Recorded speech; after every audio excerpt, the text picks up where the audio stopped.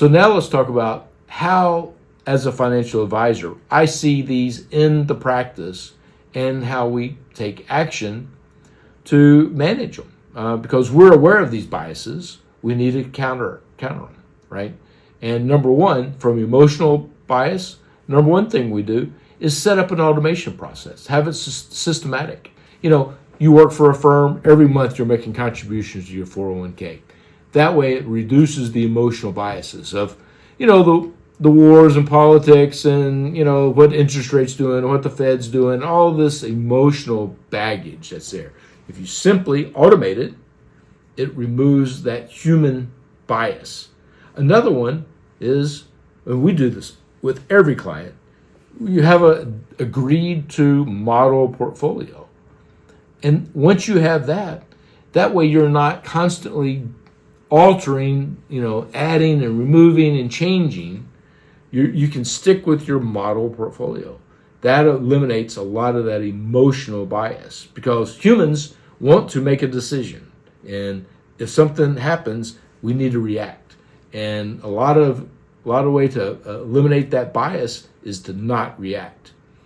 And by the way, working for a financial advisor is a great way to reduce emotional biases because we serve as another layer that you have to go through before panic, like panic buying or panic selling or if it's greed or whatever humans operate on. So work with a financial advisor can reduce the emotional bias. Now, what do we do for cognitive biases? So these are the ones, confirmation bias, anchoring, recency bias. Same thing, similar, but it's education, right? And then rule-based. Maybe we do rebalancing on a quarterly basis and we do rebalancing on a weekly basis whenever there's additions or subtractions for cash management. So we do a small rebalancing weekly. So that is an example of rule-based cognitive biases. It kind of removes that bias. And again, similar to emotional biases for cognitive bias, the third practical solution advice for this is to work with the financial advisor because working with an advisor, you can reduce some of the cognitive biases. It adds an additional layer in there.